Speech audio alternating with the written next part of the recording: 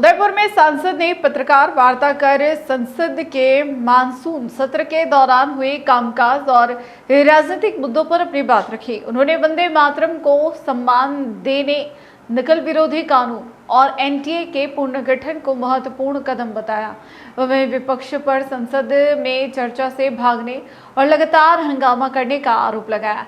सांसद ने राहुल गांधी पर भी निशाना साधते हुए कहा कि विपक्ष मुद्दों को लेकर भ्रम फैलाता है और बाद में पलायन कर जाता है। आदिवासी क्षेत्र और मानगढ़ धाम को लेकर भी उन्होंने अपनी बात रखी। उदयपुर में हुई पत्रकार वार्ता में सांसद ने संसद के हाल ही में संपन्न मानसून सत्र को लेकर सरकार की ओर से उठाए गए मुद्दों और पारित किए गए कानूनों का उल्लेख किया। उन्होंने वंदे मातरम को राष्ट्र के गौरव और स्वतंत्रता आंदोलन की भावनाओं से जुड़ा बताते हुए कहा, इसे राष्ट्रगान के समान सम्मान दिलाने की दिशा में महत्वपूर्ण काम हुआ है। युवाओं से जुड़े मुद्दों पर सांसद ने नकल विरोधी अभियान को अहम बताया। उन्होंने कहा कि पहले जहां 3 साल तक की सजा का प्रावधान था, वहीं अब 10 साल तक की सजा और 10 करोड़ रुपए तक के जुर्माने का प्रावधान किया गया है। जिम्मेदार संस्थाओं के प्रमुखों की जवाबदेही भी तय की गई है।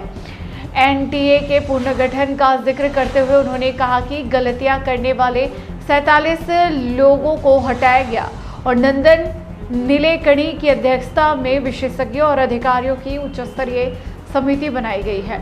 सांसद ने विपक्ष पर संसद में जिम्मेदारी के साथ चर्चा नहीं करने का आरोप लगाया है। उनका कहना है कि विपक्ष बार बार अपने मुद्दे बदलता रहा और अमित शाह सहित अन्य विषयों पर चर्चा के लिए सरकार के तैयार होने के बावजूद हंगामा करता रहा।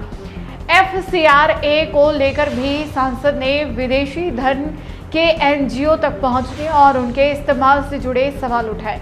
वहीं उदयपुर क्षेत्र के जल इंफ्रास्ट्रक्चर और किसानों से जुड़े मुद्दों को संसद में उठाने की बात कही।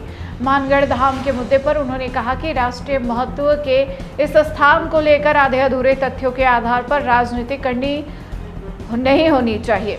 उन्होंने नरेंद्र मोदी 2022 के मानगढ़ दौरे, राष्ट्रपति के 2024 में वहां पहुंचने और वसुंधरा राजे सरकार के समय बनाए गए गोविंद गुरु पैनोरमा का उल्लेख किया। सांसद ने धरती आबा जनजाति उन्नत ग्राम अभियान के तहत 63,000 गाँव में 25 योजनाओं का संतृप्ति स्तर तक लाभ पहुंचाने और 79,000 करोड़ रुपए के बजट का जिक्र किया।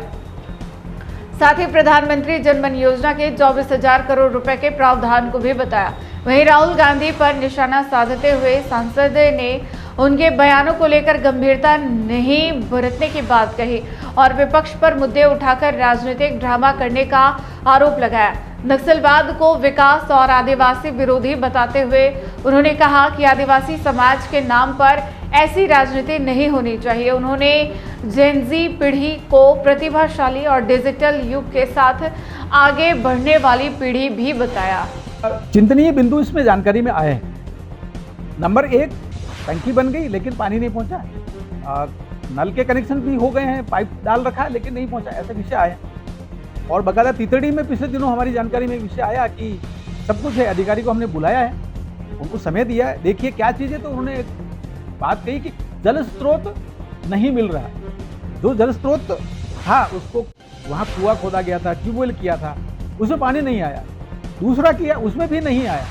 हमने आग्रह किया है कि जहाँ पानी है वहाँ से नल से, मतलब बड़े पाइप से हम ला सकते हैं क्या, उसकी तरफ आगे बढ़ रहे हैं। लेकिन आपको ये ध्यान होगा कि माही का पानी जाखम और जाखम का पानी जैसमंद, जब ये कनेक्ट होता है ऐसा का ऐसा देवास द्वितीय, देवास तृतीय, जब ये बनता है तब पूरा सीन बदलता है। साथ ही साथ हमने केंद्रीय जल शक्ति मंत्री जी को ये आग्रह किया कि हमारे यहाँ बावड़ियों की बड़ी एक समृद्ध परंपरा रही है और मेरे लोकसभा क्षेत्र में 432 बावड़ियों की जानकारी आई है। तो उनको अगर पूर्णोद्धार करते हैं, जीर्णोद्धार करते हैं, उनको रिवाइव करते हैं, बरगद, मलबा, ये सारी चीज़ें हटाते हैं, तो मुझे लगता है कि उसमें भी एक बड़ा विषय बनता है। कुछ ऐसे विषय आगे बढ़ाए हैं, समीक्षा करेंगे।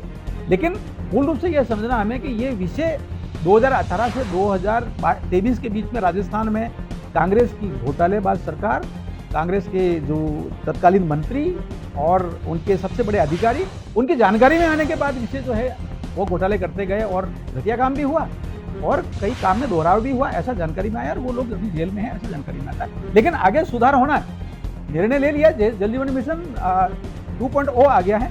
मोदी साहब ने इसमें सकारात्मक भाव रखा है। जैसा मैंने आग्रह किया, 82% पूरे देश में हुआ है। हम लोग थोड़ा पीछे हैं, लेकिन तेजी से इसमें काम होना चाहिए, होगा।